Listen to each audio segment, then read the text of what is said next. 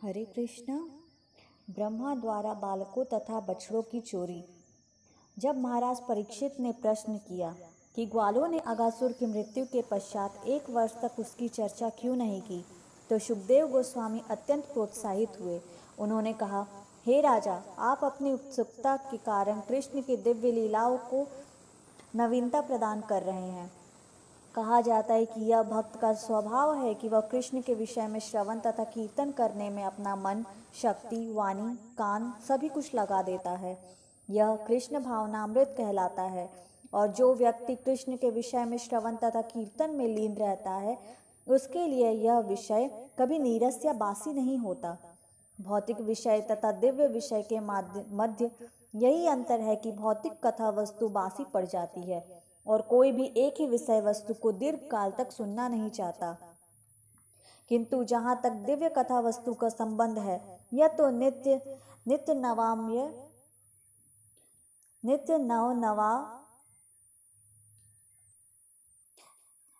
नवनवायमान कहलाती है। इसका अर्थ यह हुआ कि कोई चाहे तो भगवान के विषय में कितना भी कीर्तन तथा श्रवण करता रहे, किंतु वह कभी नहीं थकता, अपितु वह और अधिक सुनने के लिए उत्सुक रहता है।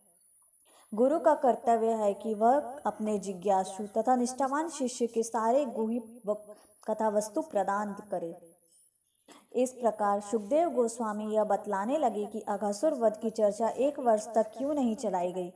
सुखदेव गोस्वामी ने राजा से कहा, अब इस रहस्य को सावधान होकर सुनो। भगवान कृष्ण अपने मित्रों को अघासुर के मुख से निकालकर और उस असुर का वध करके मित्रों सहित यमुना के तट पर आए और उन्हें इस प्रकार संबोधित किया, मित्रों, देखो ना, यह स्थान कलेवा करने तथा यमुना के रेतीले तट पर खेलने के लिए कितना सुंदर है। देखो ना, जल में ये कमल पुष्प किस प्रकार खेल रहे हैं और चतुर्दिक अपने सुगंध बिखेर रहे हैं।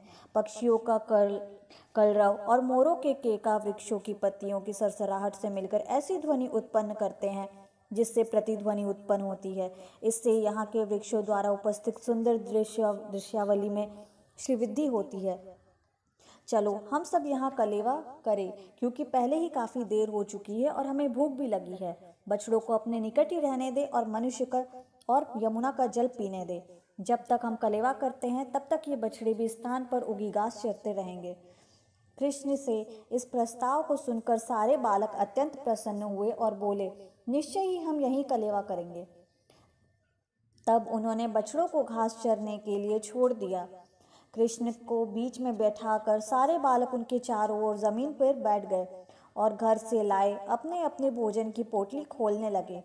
भगवान श्री कृष्ण केंद्र में बैठे थे और सभी बालक कृष्ण की ओर मुख करके बैठे थे। वे खा रहे थे और निरंतर कृष्ण को अपने समक्ष देखकर प्रसन्न हो रहे थे। कृष्ण कमल के फूल के मध्य भाग जैसे प्रतीत हो रहे थे और सारे ग्वाल बाल उसकी पंखुड़ियां लग रहे थे। सारे बालक फूल, पत्तियों तथा वृक्षों की छाल एकत्र करके उन्हें अपनी अपनी पोटली के नीचे रखकर अथवा अपनी पोटली में से ही कृष्ण के साथ साथ कलेवा कर रहे थे।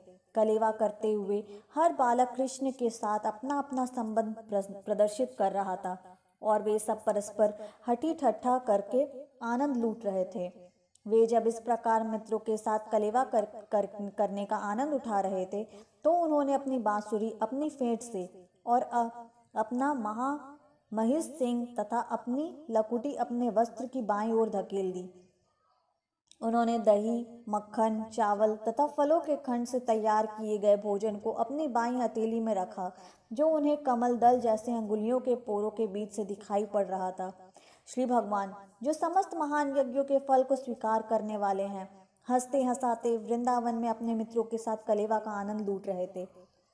यह दृश्य देवतागण आकाश से देख रहे थे। सारे बालक श्री भगवान के साथ दिव्य आनंद का सुख भोग रहे थे। उसी समय पास चरते हुए बछड़े नई उगी घास के लालच में निकटवर्ती घने जंगल में चले गए और क्रमशः दृष्टि से ओझल हो गए। जब बालकों ने देखा कि बछड़े उनके पास नहीं हैं, तो वे उनकी सुरक्षा के विषय में भयभीत हुए और तुरंत ही कृष्ण कृष्ण कहकर चिल्ला उठे। कृष्ण साक्षात भय के हंता है। प्रत्येक व्यक्ति साक्षात भय से भयभीत रहता है, किंतु यही साक्षात भय कृष्ण से भयभीत रहता है। कृष्ण शब्द चिल्लाने से बच्चों का भय तुरंत जाता रहा। अपने प्यार के कारण कृष्ण ना चाह रहे थे कि उनके मित्र कलेव का आनंद त्याग कर बछड़ों की खोज करने जाए। अतः उन्होंने कहा, मेरे मित्रों, तुम्हें अपना कलेवा छोड़ने की आवश्यकता नहीं है, इसका आनंद उठाते रहो। मैं स्वयं जाकर देखता हूँ कि बछड़े कहाँ हैं। इस प्रकार भगवान कृष्ण अपने बाएं हाथ में कलेवा का टुकड़ा लिए हुए तुरंत ही बछड़ों को गुफाओं तथा झाड़ियों में खोजने के लिए चल पड़े। उन्होंने पर्वत की दरारों तथा जंगल में खोज की, किंतु वे बछड़े कहीं नहीं मिल पाए। जिस समय अघासुर का वध हुआ था और देवता इस घटना को अत्यंत विस्मय से देख रहे थे, उसी समय विष्णु की नाभि से उगने वाले कमल पुष्प से जन्म ग्रहण करने वाला ब्रह्मा भी देखने आए थे।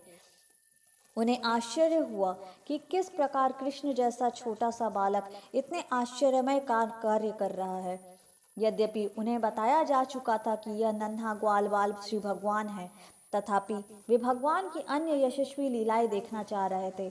अतः उन्होंने सारे ग्वाल बालों तथा बछड़ों को हर लिया और उन्हें किसी दूसरे स्थान में ले गए। इसलिए भगवान कृष्ण ढूंढने पर भी उन बछड़ों को नहीं पा सके। यहाँ तक कि वे यमुना तट पर कलेवा करते हुए अपने मित्रों को भी खो बैठे। एक ग्वाले के रूप में श्री भगवान कृष्ण ब्रह्मा जी से बहुत छोटे थे, किंतु भगवान होने के कारण उन्हें यह समझने में देर न लगी कि सारे बछड़े तथा बालक ब्रह्मा जी द्वारा चुरा लिए गए हैं।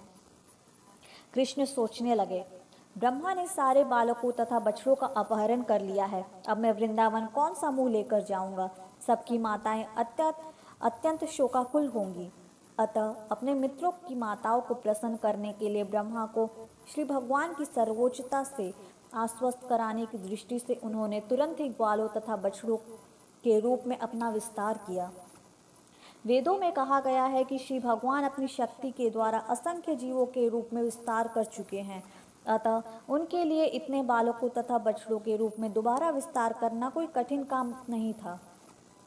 उन्होंने अपना विस्तार ठीक उतने ही बालकों के अनुरूप किया, जो विभिन्न आकृति, मुख तथा शरीर की बनावट वाले एवं अपने वस्त्रों तथा आभूषणों में एवं आचरण तथा व्यक्तिगत कार्यकलापों में भिन्न भिन्न थे। दूसरे शब्दों में, यद्यपि जीवात्मा होने के कारण प्रत्येक व्यक्ति की अपनी अपनी पृथक रुचि होती है और पृथक पृथक कार्य तथा आचरण होते हैं, फिर भी कृष्ण ने स्वयं को विभिन्न बालकों के स्वरूप आदि में ठीक उसी रूप से विस्तारित किया। वे बछड़े भी बने जो अपने आकार, रंग, कार्य में सर्वथा भिन्न थे। यह सब इसलिए संभव हो सका क्योंकि प्रत्येक वस्तु श्री कृष्ण की शक्ति का विस्तार है। विष्णु पुराण में कहा गया है, परस्यः ब्रह्मणः शक्ति, अर्थात इस दृश्य जगत में हम जो कुछ भी देखते हैं, चाहे वह पदार्थ हो या जीवों के कार्यकलाप, वह सब कुछ भगवान की शक्तियों का विस्तार है। ठीक उसी प्रकार जिस तरह ऊष्मा तथा प्रकाश अग्नि के भिन्न विस्तार है, इस प्रकार अपने आप को ग्वाल बालों तथा बछड़ों के रूप में विस्तारित करते हुए एवं ऐसे विस्तारों से घिरकर श्री कृष्ण वृंदावन में प्रविष्ट हुए। ब्रजवासियों को कुछ भी ज्ञात न था कि क्या घटना घटी है। वृंदावन में प्रवेश करने के पश्चात सारे बछड़े अपनी अपनी शालाओं में चले गए और सारे बालक अपने अपने घरों तथा माताओं के पास पहुंच गए। उनके प्रवेश के पूर्व बालकों की माताओं ने वंशी की ध्वनि सुनी, अतः वे उन्हें लेने के लिए अपने अपने घरों के बाहर आ गई और उन्होंने उनका आलिंगन किया। वात्सल्य के कारण उनके स्तनों से दूध की धारा बह निकली और उन्होंने बालकों को स्तनपान कराया, किंतु यह दूध पिलाना अपने बालकों जैसा ना होकर भगवान को दूध पिलाने जैसा था, जिन्होंने इस बालकों के रूप में अपना विस्तार किया था। यह एक अवसर था कि वृंदावन की माताएं भगवान को अपना स्तनपान करा रही थी। अतः कृष्ण ने इस बार न केवल यशोदा का दूध पिलाने का अवसर दिया, अपितु उन्होंने समस्त वयोवृद्ध गोपिकाओं को भी यह अवसर प्रदान किया।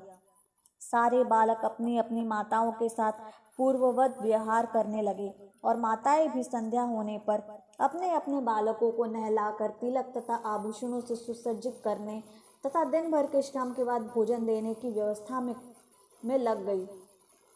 इस प्रकार गाय भी चारागाहों में संध्या समय लौटी और अपने अपने बछड़ों को पुकारने लगी। बछड़े तुरंत अपनी माताओं के पास आए और उनकी माताएं उनके शरीरों को चाटने लगी। गौ तथा गोपियों का अपने अपने बछड़ों तथा बालकों के प्रति यह संबंध पहले की तरह बना रहा। यद्यपि वास्तव में मूल बछड़े तथा बालक वहां नहीं थे। वस्तुतः गायों के बछड़े के प्रति और गोपिकाओं को अपने बालकों के प्रति यह वात्सल्य अकारण ही बढ़ गया। उनका वात्सल्य सहज ही बढ़ गया, यद्यपि ये बछड़े तथा बालक उनकी संतानें न थी। यद्यपि वृंदावन की गौवें तथा गोपिकाएं कृष्ण को अपने अपनी संतानों से अधिक प्रेम करती थी, किंतु इस घटना के बाद उनका यह प्रेम या वात्सल्य अपनी संतानों के प्रति भी उसी तरह बढ़ गया जिस तरह कृष्ण के प्रति था। कृष्ण ने लगातार 1 वर्ष तक बछड़ों तथा बालकों के रूप में स्वयं को विस्तारित रखा और चारागाहों में भी उपस्थित रहे, जैसा कि श्रीमद् भगवत गीता में कहा गया है। कृष्ण का विस्तार प्रत्येक हृदय में परमात्मा के रूप में स्थित है। इस प्रकार स्वयं को परमात्मा रूप में विस्तारित न करके लगातार 1 वर्ष तक वे बछड़ों तथा ग्वालों के रूप में विस्तारित रहते हैं। एक दिन 1 वर्ष समाप्त होने से कुछ दिन पहले जब कृष्ण बलराम के साथ जंगल में बछड़ों को चरा रहे थे, तो उन्होंने गोवर्धन पर्वत की चोटी पर कुछ गौवों को चरते देखा। ये गौवें वहीं से नीचे घाटी में ग्वालों द्वारा अपने बछड़ों की रखवाली होते देख सकती थी। अतः सहसा अपने बछड़ों को देखकर गौवें उनकी ओर दौड़ने लगी। वे अगले तथा पिछले पांव बंधे होने पर भी पहाड़ी से नीचे कूद आई। ये गौवें अपने बछड़ों के प्रेम में इतनी द्रवित हो गई कि उन्होंने गोवर्धन पर्वत की चोटी से नीचे चारागाह तक के उबड़ खाबड़ मार्ग की तनिक भी परवाह न की। उनके थन दूध से पूरित थे और वे अपनी पूंछ ऊपर उठाए अपने अपने बछड़ों के पास पहुंच गई। जब वे पहाड़ से नीचे आ रही थी तो उनके थनों से अपने बछड़ों के प्रेमवश दूध की धारा चू रही थी। यद्यपि ये बछड़े उनके अपने बछड़े न थे, इन गायों को अपने अपने बछड़े थे और गोवर्धन के नीचे जो बछड़े चर रहे थे वे उनसे कुछ बड़े थे। यह बछड़ों से भी यह आशा नहीं की जाती थी कि वे इन गायों के दूध सीधे स्तनों से पिएंगे। वे तो घास चरकर तृप्त थे। फिर भी गायें तुरंत नीचे आई और उनके शरीर चाटने लगी और बछड़े भी गायों के थन से दूध पीने लगे। इन गौवों तथा बछड़ों के प्रगाढ़ प्रेम बंधन दिख पड़ा।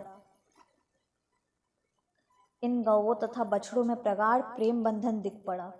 जब गौवें गोवर्धन पर्वत से नीचे की ओर दौड़ रही थी तो उनकी रखवाली करने वाले व्यक्तियों ने उन्हें रोकने का प्रयास किया।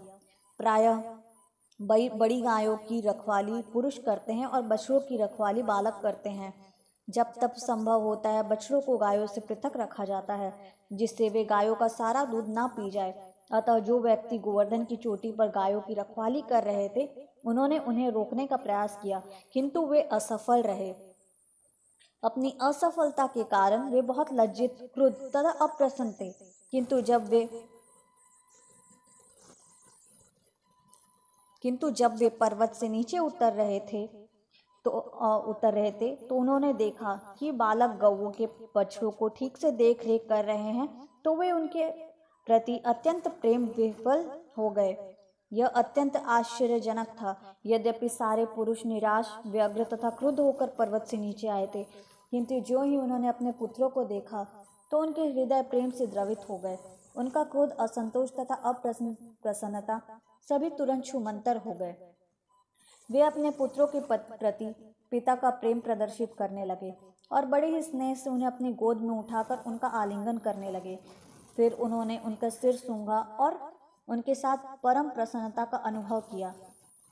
अपने पुत्रों का आलिंगन करने के बाद वे पुनः अपनी गायों को गोवर्धन की चोटी पर ले गए।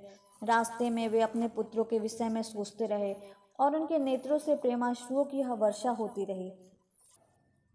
जब बलराम ने गौओं तथा बछड़ों एवं पिता तथा पुत्रों के मध्य इस प्रकार प्रेम का अद्भुत आदान प्रदान देखा, विशेष रूप से जब बछड़ों या बालकों को इतनी देखरेख की आवश्यकता न थी, तो उन्हें आश्चर्य होने लगा कि यह असामान्य बात क्यों हो रही है।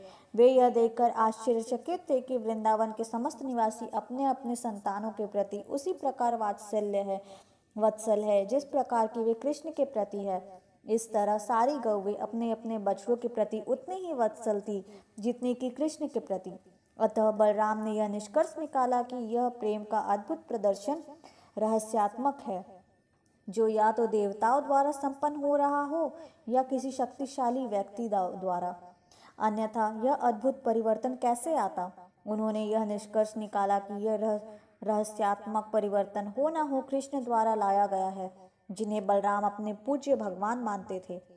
उन्होंने सोचा, यह कृष्ण द्वारा संपादित है, अरे मैं इसकी रहस्यात्मक शक्ति को रोक न पाया। इस प्रकार बलराम समझ गए कि ये बालक तथा बछड़े कृष्ण के ही विस्तार है। बलराम ने कृष्ण से वास्तविक स्थिति जाननी चाहिए, अतः वे बोले, हे कृष्ण, पहले मैं सोच रहा था कि ये सारे बछड़े तथा ग्वाले या तो ऋषि मुनि हैं या देवता है, किंतु अब मुझे ऐसा प्रतीत होता है कि यह सब तुम्हारे ही विस्तार है। ये सब तुम ही हो और तुम स्वयं बछड़ों तथा बालकों की लीला कर रहे हो। इसका क्या रहस्य है? वे सारे अन्य बछड़े तथा बालक कहाँ हैं और तुम स्वयं को बछड़ों और ग्वालों में क्यों विस्तार कर रहे हो? क्या तुम मुझे बता सकोगे कि इसका क्या कारण है? बलराम की प्रार्थना पर कृष्ण ने संक्षेप में सारी स्थिति बतला दी कि किस तरह ब्रह्मा ने सारे बछड़े तथा बालक चुरा लिए थे और किस तरह उन्होंने इस घटना को छिपाने के लिए स्वयं का विस्तार, जिससे ब्रजवासी यह न जान पाए कि उनके असली बछड़े तथा बालक खो गए हैं। जब कृष्ण तथा बलराम इस प्रकार बातें कर रहे थे तो ब्रह्मा का एक क्षण के अनंतर अपनी आयु के अनुसार लौट आए। हमें भगवद गीता से भगवान ब्रह्मा की आयु की जानकारी प्राप्त होती है। ब्रह्मा के 12 घंटे चारों युगों की अवधि में से 1000 गुने अर्थात 43,20,000 गुणे 1000 वर्ष के तुल्य होते हैं। इसी प्रकार ब्रह्मा का एक क्षण हमारे 100 वर्ष के तुल्य है। अपनी गणना के अनुसार ब्रह्मा का एक क्षण बाद ही अपने द्वारा बालकों तथा बछड़ों के चुराए जाने के उत्पन्न कौतुक देखने के लिए लौटे, किंतु वे मन ही मन भयभीत थे कि यह आग के साथ खिलवाड़ करने जैसा है। कृष्ण मेरे स्वामी हैं और मैं कौतुकवश ही उनके सब बछड़े तथा बालक चुराए हैं। वे सचमुच चिंतित थे, अतः वे देर तक वहां नहीं रह पाए। वे अपनी गणना के अनुसार एक क्षण बाद ही वापस चले आए। उन्होंने देखा कि सारे के सारे बालक तथा बछड़े गौवे कृष्ण के साथ पूर्ववत क्रीड़ारत है। यद्यपि उन्हें विश्वास था कि वे उसे चुरा ले जा चुके हैं और अपनी योग शक्ति से उन्हें सुला रखा है। अतः ब्रह्मा सोचने लगे, मैंने तो सारे बालक तथा बछड़े चुरा लिए थे और मुझे ज्ञात है कि वे अभी भी सो रहे हैं, तो फिर यह कैसे संभव है कि वैसे ही बछड़े तथा बालक कृष्ण के साथ क्रीड़ा कर रहे हैं? कहीं वे मेरी योग शक्ति से अप्रभावित तो नहीं हैं? क्या वे 1 वर्ष तक कृष्ण से लगातार खेलते रहे? ब्रह्मा यह जानने का प्रयत्न करते रहे कि वे सब कौन थे और उनकी योग शक्ति से किस प्रकार अप्रभावित रह रहे थे, किंतु वे निश्चित नहीं कर पाए। दूसरे शब्दों में वे स्वयं अपनी योग शक्ति के वशीभूत हो गए। उनकी योग शक्ति अंधकार में हिम के समान अथवा दिन में जुगनू के समान प्रतीत होने लगी। रात्रि के अंधकार में जुगनू अपने प्रकाश का कुछ प्रदर्शन कर सकता है और दिन के समय पर्वत की चोटी पर संचित या भूमि पर पड़ी हिम चमक सकती है, किंतु रात्रि में हिम में वह श्वेत दीप्ति नहीं रहती और न जुगनू में दिन के समय प्रकाशित करने की शक्ति रहती है। इस प्रकार ब्रह्मा ने कृष्ण की योग शक्ति के समक्ष जो अपनी लघु योग शक्ति प्रदर्शित की, वह रात्रि के समय हिम या दिन में जुगनू के समान थी। जब कोई लघु योग शक्ति वाला व्यक्ति महान योग शक्ति के समक्ष अपनी शक्ति प्रदर्शित करना चाहता है तो वह स्वयं अपने प्रभाव को घटा देता है, उसमें वृद्धि नहीं करता। यहाँ तक कि ब्रह्मा जैसे महान पुरुष ने जब कृष्ण के समक्ष अपनी योग शक्ति का प्रदर्शन करना चाहा तो वह हास्यास्पद हो गया। इस प्रकार ब्रह्मा अपनी निजी योग शक्ति से संबंध में भ्रमित थे।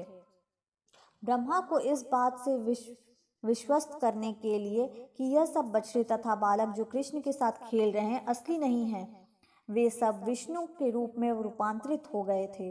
वास्तव में असली ग्वाल बाल तथा बछड़े तो ब्रह्मा की योग शक्ति के कारण सोए हुए थे, किंतु जिन रूपों को ब्रह्मा देख रहे थे वे कृष्ण या विष्णु के अंश थे। चूंकि विष्णु कृष्ण के अंश है, अतः ब्रह्मा के समक्ष इतने विष्णु रूप प्रकट हुए सारे विष्णु रूप सांवले रंग के थे और पीतांबर धारण किए हुए थे। सबों के चार चार भुजाएं थी, जिसमें वे शंख, चक्र, पद्म और गदा धारण किए थे। उनके शीशों पर स्वर्ण मंडित, रत्न जड़ित, दीप्तिमान मुकुट थे। वे मोतियों तथा कर्णाभूषणों से मंडित थे और फूलों की मालाएं धारण किए थे। उनके वक्ष स्थलों पर श्रीवत्स का चिन्ह था। उनकी भुजाएं बाजूबंद तथा अन्य रत्नों से मंडित थी। उनकी ग्रीवाएं शंख के समान थी। उनके पैरों में नुपुर थे। कटी में सुनहरी घंटिकाएं थी और अंगुलियों में रत्न जड़ित मुद्रिकाएं थी। ब्रह्मा ने यह भी देखा कि प्रत्येक विष्णु के सारे शरीर पर चरण कमलों से लेकर सिर तक ताजा तुलसी दल अर्पित किए गए थे।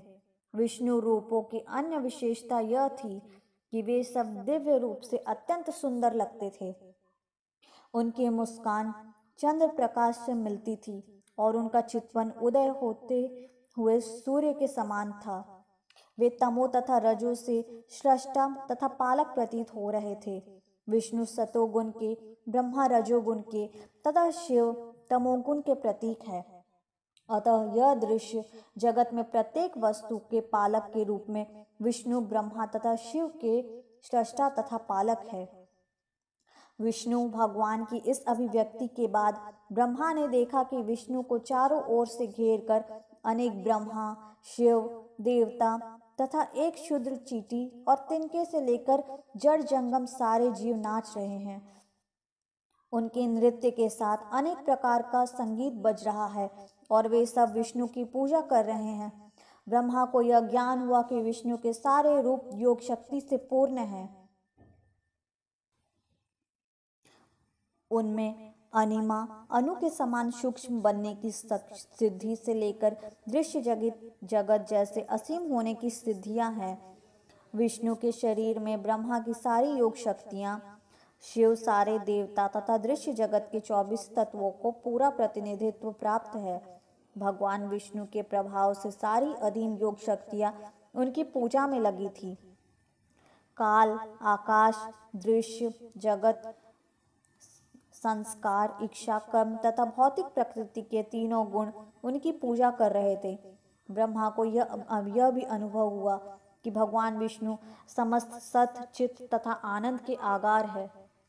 वे सच्चिदानंद स्वरूप है और उपनिषदों के अनुयायियों के द्वारा पूज्य है। ब्रह्मा ने अनुभव किया कि बालकों तथा बछड़ों के ये रूपांतरित विष्णु रूप किसी योगी की योग शक्तियों या देवताओं में निहित किसी शक्ति द्वारा नहीं बने हैं। ये विष्णु रूप मूर्तियां किसी विष्णु माया के प्रदर्शन न होकर साक्षात विष्णु है।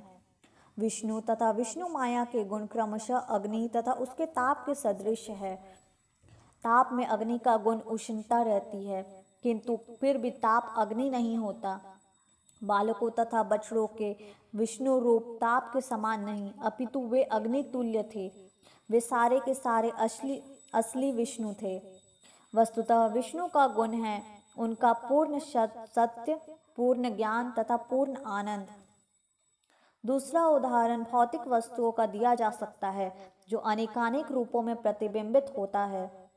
उदाहरणार्थ, सूर्य अनेक जल पात्रों में प्रतिबिंबित होता है, किंतु इन पात्रों में सूर्य के प्रतिबिंब वास्तविक सूर्य नहीं होते।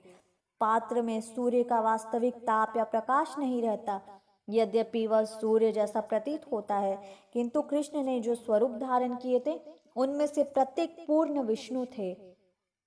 इस संबंध में जिस विशेष शब्द का उपयोग किया गया है वह सत्य ज्ञानांता आनंद है। सत्य का अर्थात सच्चाई, ज्ञान का अर्थात पूर्ण ज्ञान, अनंत का अर्थात असीम और आनंद का अर्थात पूर्ण हर्ष। भगवान की दिव्य महिमाएं इतनी विशाल है कि उपनिषदों के निर्गुण अनुयायी ज्ञान के धरातल तक नहीं पहुंच पाते कि उन्हें समझ सके। विशेषतया भगवान के दिव्य रूप इन निर्विशेषवादियों की पहुंच से परे हैं, क्योंकि ये उपनिषदों के अध्ययन द्वारा इतना ही समझ पाते हैं कि परम सत्य ना तो पदार्थ है, ना ही भौतिक दृष्टि से सीमित है। ब्रह्मा जी कृष्ण के विष्णु रूपों में विस्तारित अंश से अपनी सीमित शक्ति द्वारा यह समझ गए कि परमेश्वर की शक्ति के विस्तार से ही इस दृश्य जगत की सारी जड़ तथा जंगम वस्तुएं विद्यमान है। जब ब्रह्मा इस प्रकार अपनी सीमित शक्ति से हतप्रभ होकर और अपनी 11 इंद्रियों से के भीतर अपने सीमित कर्मों से अवगत होकर खड़े थे, तब वे यह अनुभव कर सके कि वे स्वयं कठपुतली के समान भौतिक शक्ति या माया की ही सृष्टि है। जिस प्रकार कठपुतली में नाचने की स्वतंत्र शक्ति नहीं होती और अपने स्वामी के आदेशानुसार नाचती है, उसी प्रकार सारे देवता तथा जीव भी श्री भगवान के अधीन है। जैसा कि चैतन्य चरितामृत में कहा गया है, कृष्ण ही एकमात्र स्वामी है और अन्य सभी उनके दास है। सारा संसार भौतिक तरंगों के वश में है और सारे प्राणी तिनकों के समान जल में तैर रहे हैं, अतः उनका जीवन संघर्ष चलता रहता है। किंतु ज्यों ही मनुष्य को यह बोध हो जाता है कि वह भगवान का शाश्वत दास है, तो वह इस माया या जीवन संघर्ष तुरंत समाप्त हो जाता है। इस प्रकार ज्ञान की देवी के अधिष्ठाता तथा वैदिक ज्ञान के सर्वोत्कृष्ट अधिकारी ब्रह्मा जी भगवान द्वारा प्रकट असामान्य सृष्टि को न समझ पाने के कारण अत्यधिक व्यग्र थे। प्राकृतिक जगत में ब्रह्मा जैसा व्यक्ति भी परमेश्वर की योग शक्ति या माया को समझ पाने में असमर्थ रहता है। वे न केवल उन्हें समझने में असमर्थ थे, अपितु कृष्ण ने उनके समक्ष जो कुछ प्रकट किया था उसे देखकर भी वे व्यग्र थे। कृष्ण को ब्रह्मा पर दया आ गई कि वे यह देखते हुए कि कृष्ण किस प्रकार स्वयं को बछड़ों तथा ग्वालों में रूपांतरित करके विष्णु के रूपों को प्रदर्शन कर रहे थे, इसे समझने में असमर्थ थे। अतः उन्होंने सहसा इस दृश्य पर से अपनी योग माया का आवरण हटा लिया। भगवत गीता में कहा गया है कि भगवान योग माया द्वारा फैलाए गए आवरण के कारण दृश्य नहीं है। जो वास्तविकता को आवर्णित कर ले वह महामाया या बहिरंगा शक्ति है, जिसके कारण बद्ध जीव भगवान को दृश्य जगत से परे नहीं समझ पाता। किंतु जो शक्ति भगवान को अंशतः प्रकट करती है और अंशतः मनुष्य को देखने नहीं देती कि वह योग माया कहलाती है। ब्रह्मा जी कोई सामान्य बद्ध जीव नहीं है, वे अन्य सभी देवताओं से कहीं अधिक श्रेष्ठ है, फिर भी वे श्री भगवान के प्रदर्शन को नहीं समझ पाए। अतः कृष्ण ने जानबूझकर और आगे शक्ति का प्रदर्शन बंद कर दिया। बद्ध जीव न केवल मोहग्रस्त हो जाता है, अपितु समझ पाने में पूर्णतः असमर्थ रहता है। योग माया का आवरण इसलिए हटा दिया गया जिससे ब्रह्मा जी और अधिक व्यग्र ना हो। जब ब्रह्मा जी की व्यग्रता दूर हुई तो ऐसा लगा मानो वे मृतक अवस्था से जगे हो। वे अपने नेत्र कठिनाई से खोल पा रहे थे। तब उन्होंने बाह्य दृश्य जगत को सामान्य चक्षु से देखा। उन्हें अपने चारों ओर वृंदावन का अत्यंत मनोहरी दृश्य दिखा, जिसमें वृक्ष ही वृक्ष थे और समस्त जीवों का जीवन स्रोत है। उन्हें वृंदावन की दिव्य भूमि का अनुमान लग सका, जहाँ के सारे वासी दिव्य है। वृंदावन के जंगल में शेर तथा अन्य हिंसक पशु हिरणों तथा मनुष्यों के साथ शांतिपूर्वक निवास करते हैं। वे ये जान सके वृंदावन में भगवान कृष्ण की उपस्थिति के कारण यह स्थान अन्य स्थानों की अपेक्षा दिव्य है, जहाँ न काम वासना है और न ही लोभ। इस प्रकार ब्रह्मा ने भगवान श्री कृष्ण को एक छोटे से ग्वाले का अभिनय करते देखा। वे अपने बाएं हाथ में एक टुकड़ा रोटी लिए अपने मित्रों बछड़ों को ढूंढ रहे हैं, जिस प्रकार वे 1 वर्ष पूर्व इन सब के अंतर्धान होने के पूर्व ढूंढ रहे थे। ब्रह्मा तुरंत अपने वाहन हंस से उतर आए और भगवान के समक्ष इस प्रकार गिर पड़े मानो कोई सोने का दंड हो। वैष्णवों में सम्मान प्रदान करने के लिए दंडवत शब्द का व्यवहार किया जाता है। इस शब्द का अर्थ है दंड यानी डंडा, उसके समान गिरना। मनुष्य को चाहिए कि श्रेष्ठ वैष्णव को सम्मान प्रदर्शित करने के लिए वह दंड के समान पृथ्वी पर सीधा गिरे। अतः ब्रह्मा जी भगवान के समक्ष सुनहरे दंड के समान पड़े प्रतीत हुए। चूंकि ब्रह्मा जी का वर्ण सुनहरी है, वे भगवान कृष्ण के समक्ष एक सुनहरे दंड के समान पड़े हुए प्रतीत हुए। ब्रह्मा के चारों शिरों के मुकुट कृष्ण के चरण कमलों को छू रहे थे। ब्रह्मा अत्यधिक प्रसन्नता के कारण अश्रुपात करने लगे और उन्होंने अपने अश्रुओं से कृष्ण के चरण कमलों को धो डाला। ज्यों ज्यों उन्हें भगवान के अद्भुत कार्यकलापों का स्मरण होता रहा, त्यों त्यों वे बारंबार उठते और गिरते रहे। अनेक बार प्रणाम करने के बाद ब्रह्मा जी उठे और अपने हाथों से उन्होंने अपनी आंखें पोंछी। भगवान को अपने समक्ष देखकर वे कंपित होकर अत्यंत सम्मान, विनय तथा ध्यान पूर्वक प्रार्थना करने लगे। इस प्रकार लीला पुरुषोत्तम श्री कृष्ण के अंतर्गत ब्रह्मा द्वारा बालकों तथा बछड़ों की चोरी नामक 13वें अध्याय का भक्ति वेदांत तात्पर्य पूर्ण हुआ। हरे कृष्ण।